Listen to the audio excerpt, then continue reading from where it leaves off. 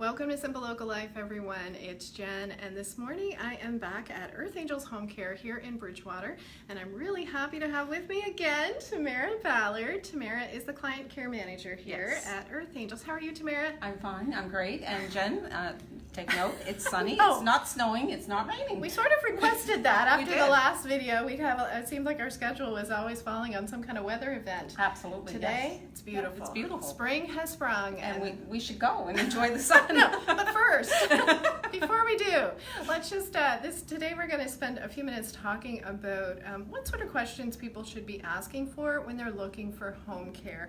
I know for a lot of people, it's something, sometimes they can plan ahead and start doing research and start looking at what kind of home care provider they could be looking for or what kind of questions to ask.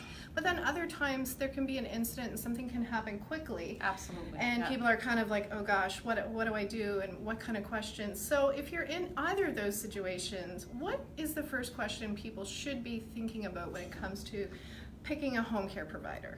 The first question that they should think about is, are the caregivers bondable?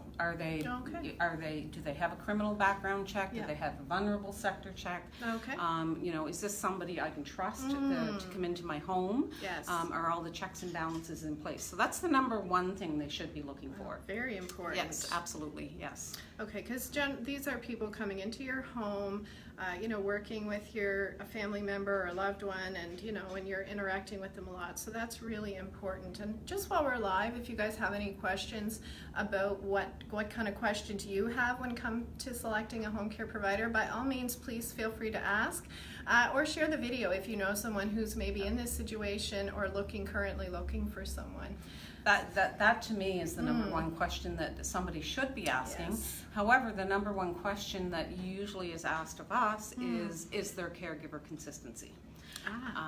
Because again, it's a position of trust. It's somebody coming into your home, Yes. and you don't want 100 people or 20 people trucking in and out of your home. Right. So you want to know that person that's coming in is a consistent person that gets to know your loved one.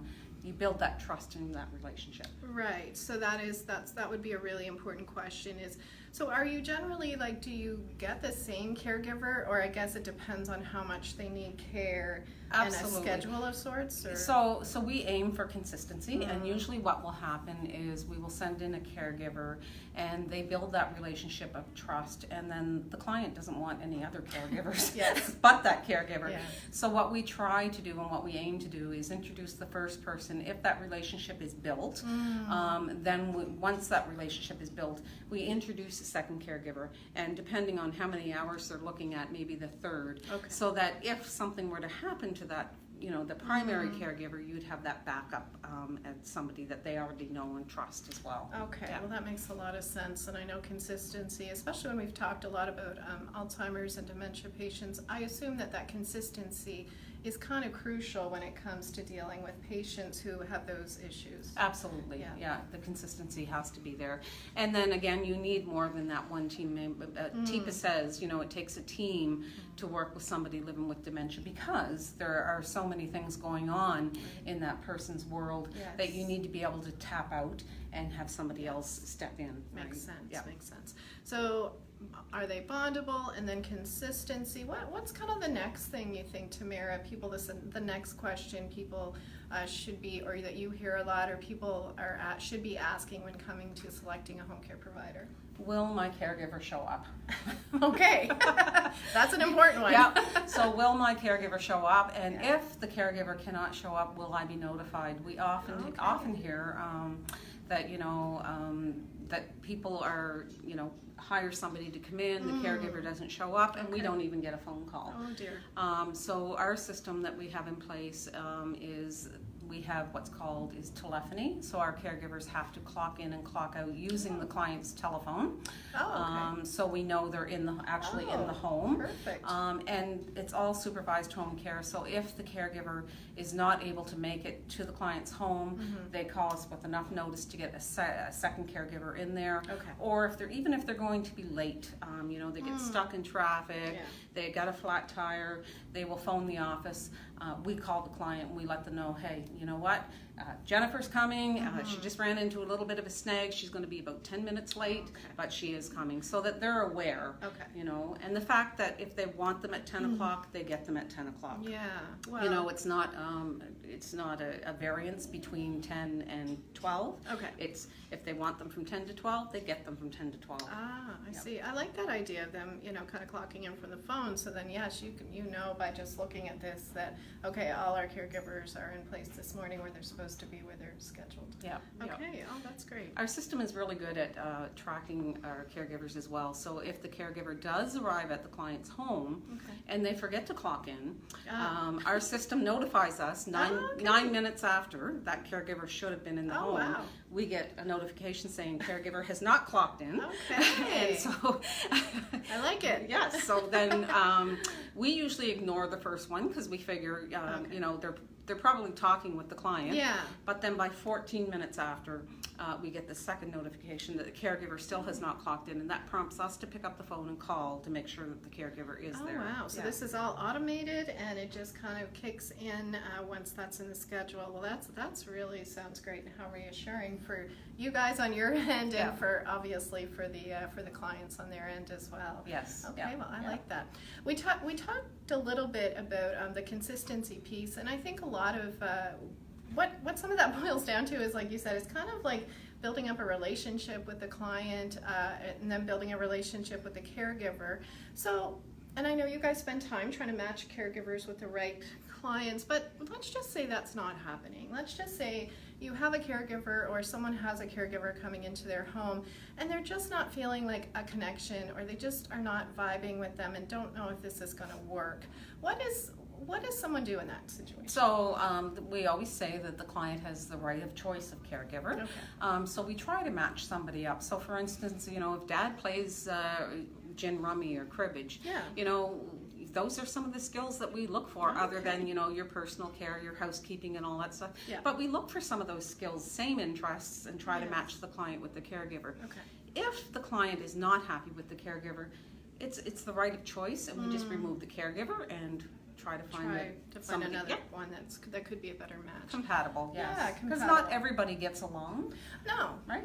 No, We have, we've all seen. We do. We've all seen cases where sometimes, you know, or people even in their own work circumstances, sometimes it's not, you just don't always mesh with everyone. But in this situation where they're in your home and, you know, kind of building that relationship up and understanding each other. So I can see that compatibility piece being really important. Absolutely, yeah. And then, of course, it's the trust issue. You want to make sure that you trust people and having people in your home. And I know you guys go through this process to make sure everyone's bondable, and we've talked about consistency. Then the next thing I think is just... so another thing, so when we're talking about trust... Yes, go ahead. No, when you say trust, you know, excuse me, we talk about... So our caregivers are never involved in any of the client's finances. Oh, okay. So a lot of support. Yes.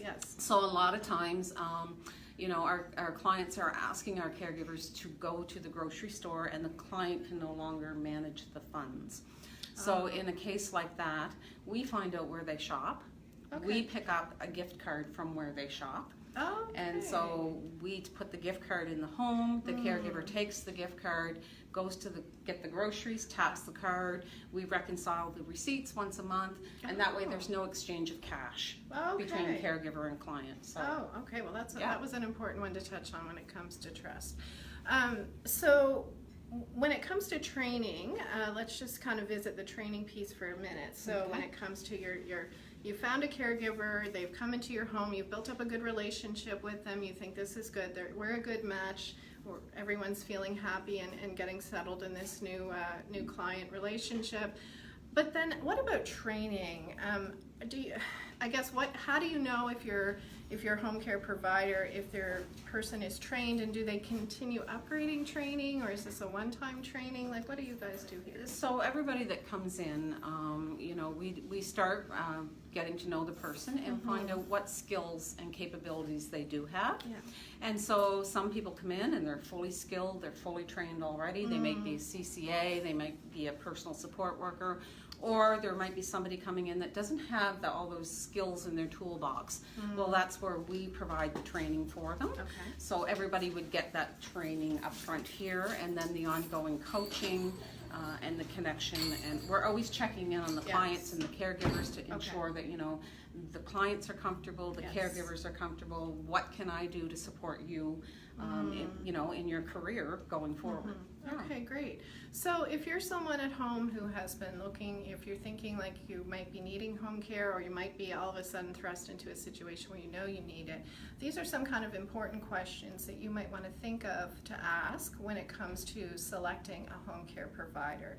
And I know here at Earth Angels Home Care, here in Bridgewater and all across the province, I know you guys are more than happy to sit down and answer any questions with a phone call or with a visit if you have questions and you want to get some more information. So anything else, Tamara, you think we should add on this topic? It's important to do your homework because, again, you do want somebody that's coming into your home. You want to know their background. Yeah.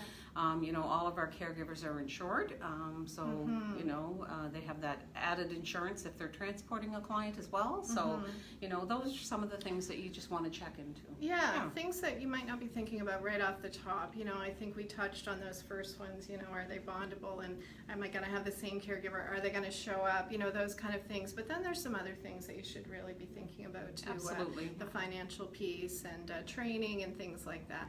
Well, I think this was really helpful. I hope it was helpful for you guys. And like I said, if you know anyone you think might benefit from this, please by all means go ahead and share the video. And if you have any questions, feel free to call Earth Angels Home Care or check out their website anytime, and I'll link to that up above. Thank you so much, Tamara. You're welcome. Thanks guys for watching.